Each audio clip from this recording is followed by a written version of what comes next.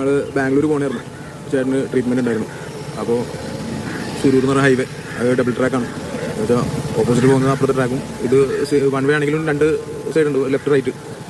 അപ്പോൾ അവിടെ എത്തിയപ്പോഴത്തേക്കും എനിക്ക് യൂറിൻ പാസ് ചെയ്യാനുള്ളതുകൊണ്ട് ഞാനൊരു സ്പോട്ട് നോക്കാൻ ഞാൻ ലെഫ്റ്റ് സൈഡ് കീപ്പ് ചെയ്ത് പോകാം. അപ്പോൾ എനിക്ക് ലോങ്ങിൽ റൈറ്റ് സൈഡ് ഒരു ലോറി പോകുന്നത് കാണാം. ഞാൻ ട്രാവൽ ചെയ്ത് ആ ലോറിയുടെ അടുത്തെത്തി ക്രോസ് ചെയ്യാൻ വേണ്ടി നിൽക്കുമ്പോൾ ഈ ലോറി റൈറ്റ് സൈഡിൽ നിന്ന് ലെഫ്റ്റ് സൈഡിലേക്ക് പെട്ടെന്ന് ക്രോസ് ചെയ്ത് കയറി. അപ്പോൾ സ്വാഭാവികമായിട്ടും രാവിലെയാണ്, 6 മണിയാണ്, ഹൈവേ ആണ്. എൻ്റെ വണ്ടി ഒരു 60-80 സ്പീഡ് ഉണ്ടായിരുന്നു. ആ സ്പീഡിൽ കൺട്രോൾ ചെയ്യാൻ പറ്റില്ല. ലോറിയുടെ ബാക്കിൽ പോയി ഇടിച്ചു.